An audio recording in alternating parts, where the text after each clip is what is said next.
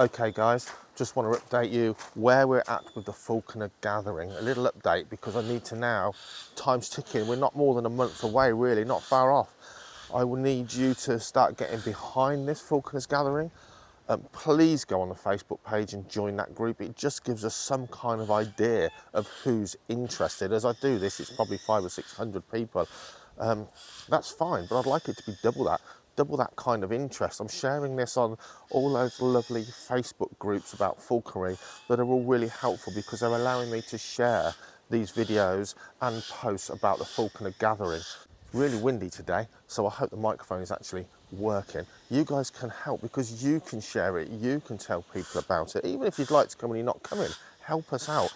But where are we getting? Well, Henry, he's going to be featuring. He's going to be featuring on all the bad habits of Harris's hawk and how things have changed with old Henry there. But we are getting things in place. So we're getting the food and the alcohol beverages and the tea room. That's all coming along and getting sorted. All in place. We have got some guest flyers in place. Some of them are hard to chase. I'm hoping Elijah's going to be here, Elijah Beavis. He said he will. He also says he doesn't respond to messages very often. He needs to respond to them a bit more just to make my mind at rest, Elijah. But he said he's coming with his Lana. We should have someone flying a fantastic Perlin, who I think you'd have seen that bird before, but it's so good I've asked him if he'll fly here, and he said yes, he will. We've got, I don't know, the Chilean blue, the bald eagle, the vultures. I think Asel wants to fly a spectacled owl. I know they're not falconry birds. We're not going to be doing falconry, are we? Come on. We're going to have fun and entertainment. And the fun and entertaining birds in an empty field tend to be non-falconry birds. We could fly a goshawk backwards and forwards if we had one.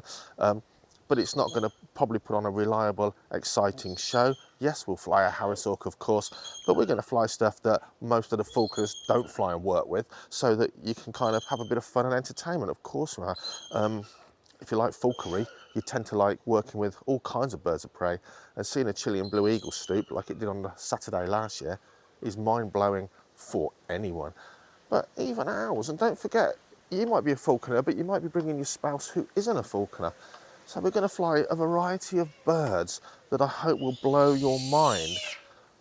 But I really want those guest flyers in. So we've hopefully certainly got a couple, and we'll see if I can maybe get at least one more person. If you know anyone that just flies something stunning, or if you do and you don't mind giving up your time for nothing, just for the hell of it, get in contact. I don't care what it is.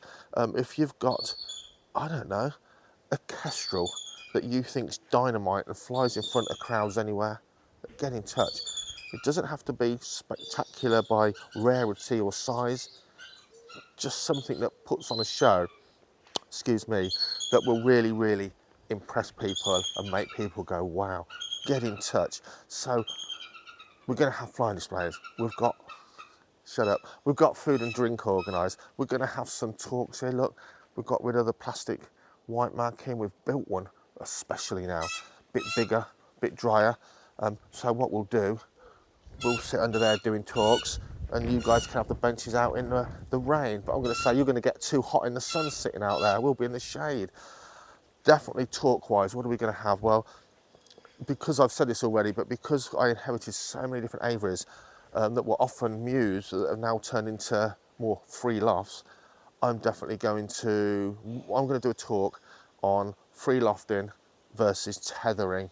It is very relevant at the moment. I'll tell you why we've ended up free lofting a lot of stuff rather than tethering, and I'll tell you my honest thoughts about tethering.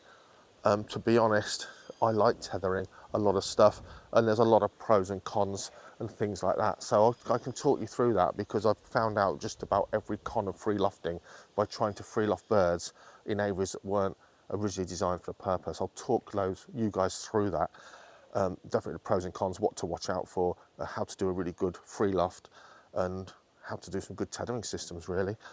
Pete Freebird's coming down. He's going to give us a talk on his YouTube and his journey with literally his first hawk and his last hawk. He's going to talk you through a dog, a man and a Harris hawk, about his life as a complete novice falconer, finding his way through. So that's really kind of him.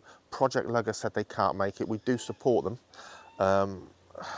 They've assured me it's still going okay since Bob's departure, but they said they can't make the show, so they won't be there to give us a talk this year. Who else is giving us a talk? That's a good question. Who else is giving us a talk? Let me know. Got something good to talk about? Something you want to talk about? Something you'd like to attend?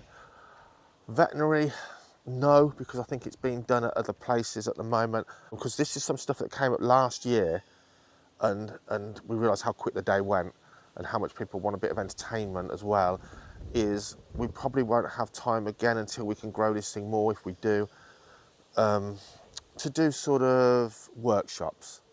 Sort of like a 40-minute workshop where maybe you can learn how to craft leather and things like that. We're not set up for that yet. Maybe this is only number 2. I could see the possibility of having a marquee somewhere else, if we could raise one big enough where people could just go over there if they wanted to learn about stuff like that. It would be a great idea, and many of you have suggested such things, but we're just not set up. So I'll take you around. We're a small centre. We're not really open to the public, just a few Sundays in the summer. We're an experience day, so room is limited here. Room outside our walls is not limited, and I'm sure we could get permission. But once you go outside the walls and you start splitting stuff up, then it's going to be massive. Or people are just going to be left floundering, and people, honestly, they're just, oh, I didn't know they were there. And if those people are traders that have paid, they're going to get very disgruntled. Hang on, I was left out on a limb, there was no passing traffic. So we try to keep it all as a link between the Falconry Centre. So I'll show you around. Let me show you around for those that didn't attend. The Falconry Centre, which is small, relatively, it goes over here. And we're going to have our talks under that marquee up there. We're probably going to have, oh yeah, so what else are we going to have? We're going to have a raffle on one, no we're not, we're going to have an auction, because everyone loved the auction, on one of the days. If I get enough people, enough craftsmen and women, or you guys in general, to donate enough good stuff for the auction, that I think, you know what, we've got enough stuff, we can split it and do an auction both days, then we will, because it's fairer and it was fun. Jackie will have a tombola one or both days if she can get enough stuff. Thanks to the guys that have already pledged and already sent me stuff for the auctions and things. That's so kind of you. So, you know, if you've got a hood, artwork, you make leathercraft, someone just sent us a whole set of braid. If you can supply anything to the auctions, please do. And I'm not scrounging. I don't want you to give us something worth 10 grand. Just anything quality item. Maybe you've got, I don't know, an old falconry box you just don't use anymore. Stuff that's worth auctioning off that will benefit other falconers, or they'd like to have. And the more they like to have it, the more we'll raise, and the money's going to be split between Icarus, Project Lugger, and our vulture charity, the Horseman's Trust. Let me just show you them. We've gone off at a tangent. Doesn't normally happen on this channel. So the Horseman's Trust, again, it's non-falconry, but this is, you know, these people are falconers, they're bird of prey trainers. Holly Cale, for goodness sakes, she's headed up Jemima's place for quite a long time. And we like to, you know, if we're doing charities, we like to try and help these causes, and they're sort of both a little bit different. So, on we go. This is the entrance in to the Falconry Centre, and that is not the entrance or the exit, it goes to nowhere. But in here is where we had the traders last year. So come and have a look. So this is our wild meadow, which will be mowed off like it was last year. And we aim to have trade marquees all the way down there, all the way along the back wall, and coming back round along this wall in a horseshoe shape. So we've got, hold on, literally down there, a whole horseshoe shape of marquees with vendors and their trade stuff. But as you walk up here, I'm just investigating what looks like a rat hole. We're going to put marquees along this side of the path too. So you're going to have marquees facing the path, a horseshoe shape behind me, and then very possibly because we've got more stuff coming. We're probably going to have all along that hedge more marquees. They're 3x3 marquees, and people are joining them together to have 6x3 metres. So I think we're going to really open up this side of the path, not just this side, but a lot of stuff on this side as well. I think the Southeast Falconers group should be attending. Quite an allergic reaction to a plant. I'll put that on the screen if you don't believe me, for a bit of feverfew, by the way. Of course, savaged me it did. They probably want 6 metre by 3 metres. Whether they're bringing any birds or not, we don't want people bringing birds on site. We will make exceptions. Last year, obviously, we housed the row crow birds from the row crow team. Really want them to come. I'm not sure how this year's. I've seen posts on Facebook that the falcon breeding season's been very, very hard and very stressful for a lot of people. I'm hoping the row crow guys will come, because that was just, I loved it. It was great fun. So we'll see. But if you were here last year, there should be more trade stands. And then, of course, the menagerie will be open. The polecat here, cat the polecat. They're not ferrets. Cool, they don't have bite. Pure polecat there. They'll be there. And then love it or hate it, being falconers and countrymen and women, Roxy the fox and things like that. Roxy! Roxy! She's gone. She's gone off to eat someone's chickens. Roxy! It's gone to sleep, a bit late now.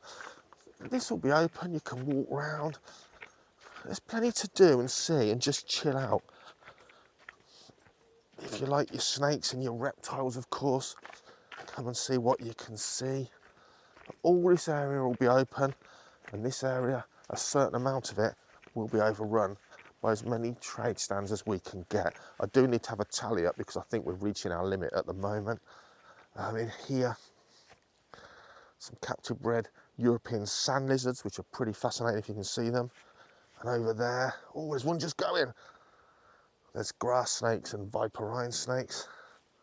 There's a little baby one. Oh, I think that was a baby grass snake.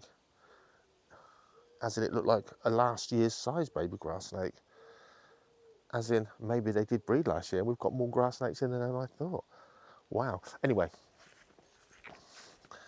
most of us falconers love the great outdoors and nature as a whole, don't they? Don't you? Yeah, you do. You love your reptiles like me. So all along here, hopefully, more and more as I walk along, more and more trade stands. Someone's got to do a lot of mowing and scything, I think, to make space. But as you go out of the falconry centre itself, so we're all of what I've shown you is inside Icarus Falconry and our sort of plot here. As you go outside, so again, those of you that attended last year, you know the crack, you know the layout. You're going to go through the gates, which are annoyingly locked, and as you go over there, in the distance, not in the distance, but over there, is our beautiful flying lawn with a great view. And then as you wander past that and further round, you head off to the toilets and the food court area, where hopefully tea room, hopefully 2 or 3 other food outlets, and of course the Horsebox bar will be there too. And again, you can walk all around the Holdenby gardens and the grounds while you're here. So, you know, if you're a falconer but your spouse is interested in gardening or just a nice day out, bring them along. There's plenty to see, plenty to explore. And if the weather's like today, windy-ish, breezy-ish, but sunny and warm, those birds should be fantastic.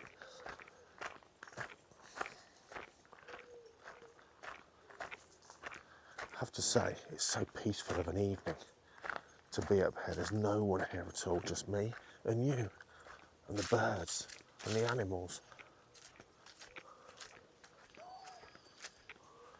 Glorious. Of course, things like the wildflower meadow, it's gone to seed by the time you guys come. But one thing Jackie's doing, something you have to do all the time in a place like this made of wood, is she'll be working her way around restaining the aviaries.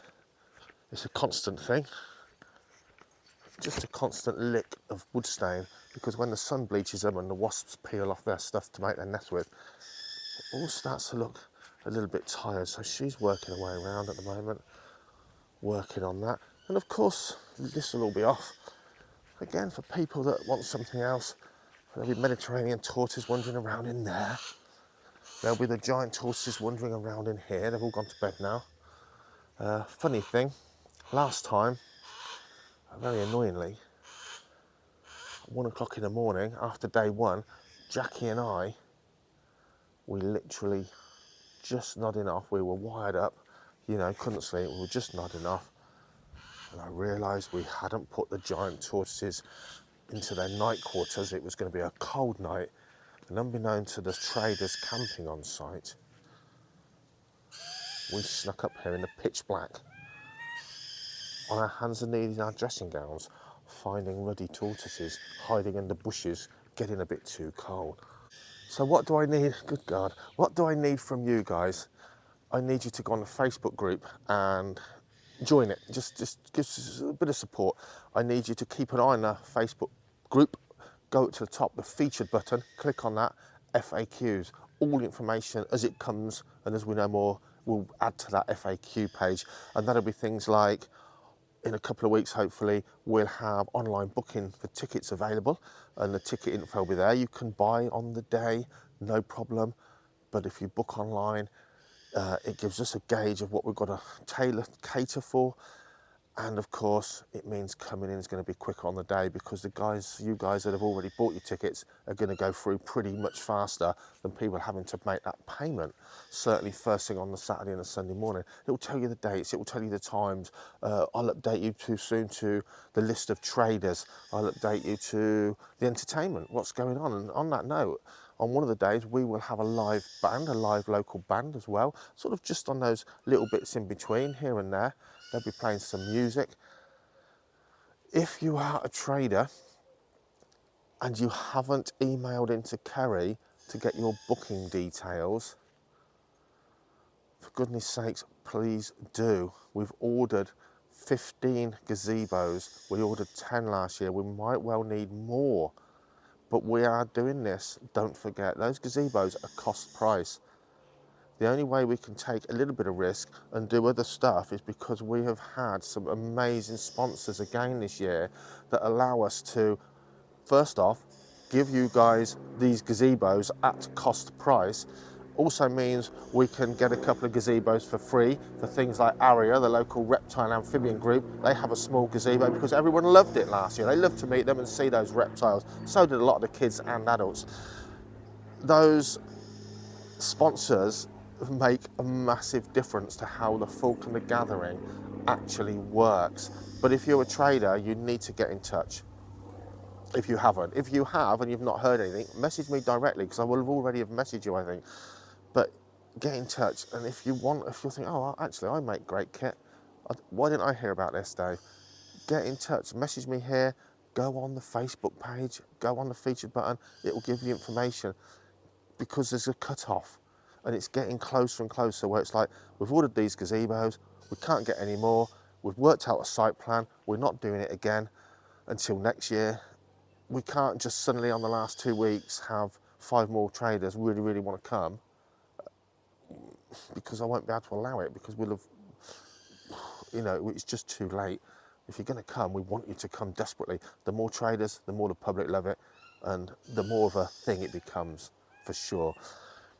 I can't think of anything else. So yeah, get on the page, keep an eye on there. Traders, get in touch, share the group, share the videos, tell your friends. Donations for things like the auction, feel free to get in touch for things like that. Oh, what else? Come on. Oh yeah, the big one. Maybe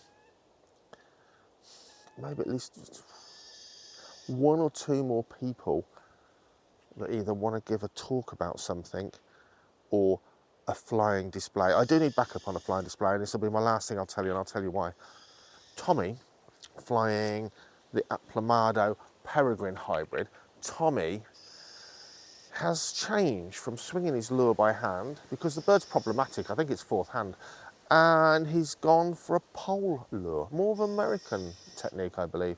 I've never tried it. I can imagine how much I'd wrap it around my neck. He's been flying this bird to a pole lure, transformed her, totally transformed this bird in the way it approaches the lure. And I really want him to demonstrate that to you guys. Using a pole lure, I'm happy to do the talking for him, talk you through how it's changed the bird's flying style and its drive. But he might not want to. So I might need that extra slot filling. I'm going to keep badgering him. But yeah, it's shaping up now. It's shaping up fast. Get on the group, guys. Share it all. Be part of it. If you're not part of it, there's no point in doing it. It's all for you. We're going to have fun. See you soon.